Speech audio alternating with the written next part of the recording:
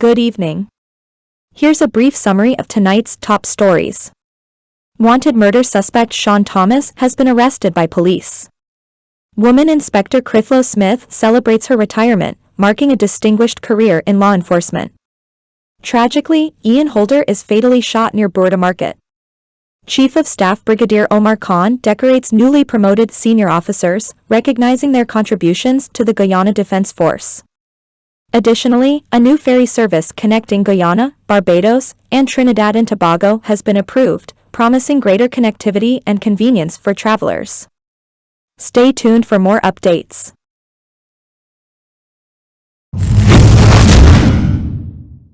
Wanted murder suspect Shawn Thomas arrested by police. Shawn Thomas, also known as Troy Richards, the wanted murder suspect accused in the shooting death of Ray Narain at Sandhill Back Dam in Region No. 7 on September 22, 2022, has been apprehended by the police.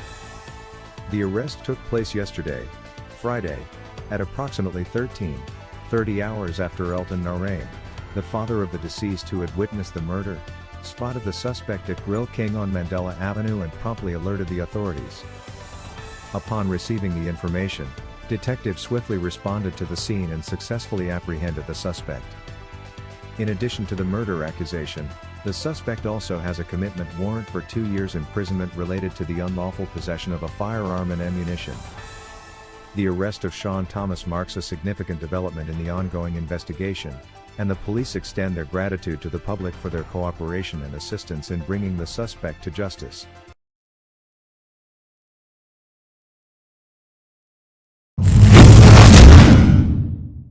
Celebrating the retirement of woman Inspector Crithlow Smith. After 34 years of dedicated service to the Guyana Police Force, woman Inspector Crithlow Smith bids farewell to her esteemed career as she embarks on a well-deserved retirement journey. Joining the force on August 7, 1991, woman Inspector Crithlow Smith leaves behind a legacy defined by her unwavering commitment, resilience, and dedication. Throughout her distinguished tenure, she tackled every challenge with grace and determination, embodying the highest standards of professionalism and integrity. Woman Inspector Crithlow Smith's contributions have left an indelible mark on the force, inspiring colleagues and community members alike. From navigating complex cases to ensuring public safety, she upheld the principles of law and order with distinction. Beyond her exemplary service, woman Inspector Crithlow Smith's personal journey within the force has been one of continuous growth and development. Embracing opportunities for skill enhancement and personal improvement, she exemplified a commitment to excellence that has left a lasting impact. As she embarks on this new chapter of her life, woman Inspector Crithlow Smith leaves behind a legacy that will resonate within the Guyana Police Force for generations to come. Her retirement is a testament to the values of service, leadership, and compassion. We extend our heartfelt congratulations to woman Inspector Crithlow Smith on her remarkable career and wish her a retirement filled with relaxation, joy, and fulfillment. May her well-deserved retirement be as rewarding as her years of service to the force.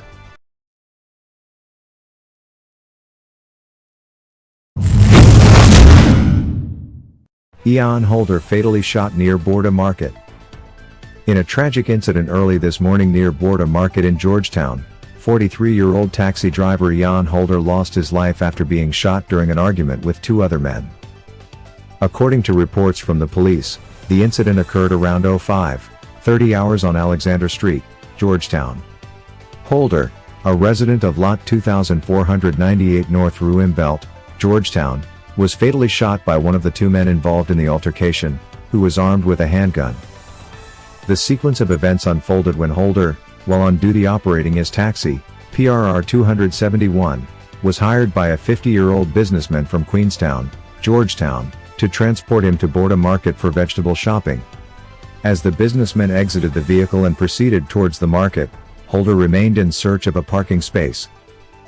Moments later, the businessman heard a loud explosion and turned to witness Holder lying on the ground, approximately 15 feet away from his car, while 2 men, one of whom was armed, fled the scene.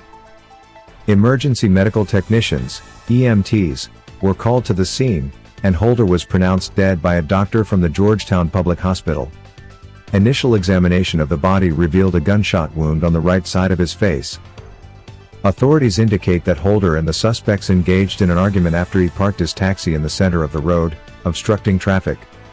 During the altercation, one of the suspects allegedly fired a shot at Holder.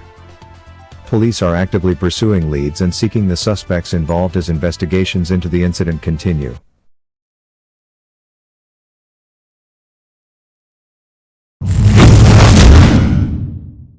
Chief of Staff Brigadier Omar Khan decorates newly promoted senior officers. Chief of Staff Brigadier Omar Khan recently adorned the newly promoted senior officers with their new badges of rank in a ceremonial event held at the Officers' Mess, Base Camp Guyana. Among the distinguished officers, 4 acting lieutenant colonels, 2 acting majors, an acting commander, and a substantive lieutenant commander of the Coast Guard proudly received their new insignia. Notably, 3 of the promoted officers are currently serving in overseas assignments. Accompanied by their families, the officers were privileged to have Brigadier Khan extend his congratulations and share insights on the significance of senior leadership. In his address, Brigadier Khan commended the officers for their dedication to service and emphasized their role as leaders, urging them to embody their ranks not just on their shoulders but in their hearts. He encouraged them to pursue self-education for continual improvement in their leadership capabilities.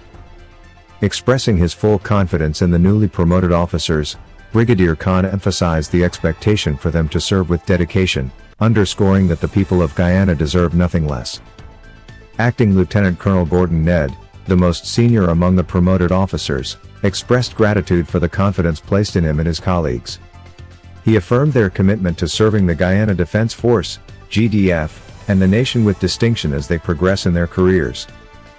The promotions include the transition of Substantive Majors Raymond Archer, John Mahamlal, and Jose Ferreira to the rank of Acting Lieutenant Colonel. Additionally, Substantive Captain Lloyden Lane has been promoted to Substantive Major, while Substantive Captain Stephen Castor, Texine Daw, and Kareem Graham have been appointed Acting Majors. In the Coast Guard, Substantive Lieutenant Commander Adrian McLean has been elevated to the rank of Acting Commander, CG, and Substantive Lieutenants, CG, Ronald M.C. Entire and Andre Quang have been promoted to Substantive Lieutenant Commander. It is noteworthy that officers' promotions are approved by His Excellency, President Dr. Irfan Ali, exercising his authority under Part 111 Section 16 of the Defense Act 1501 of 1977.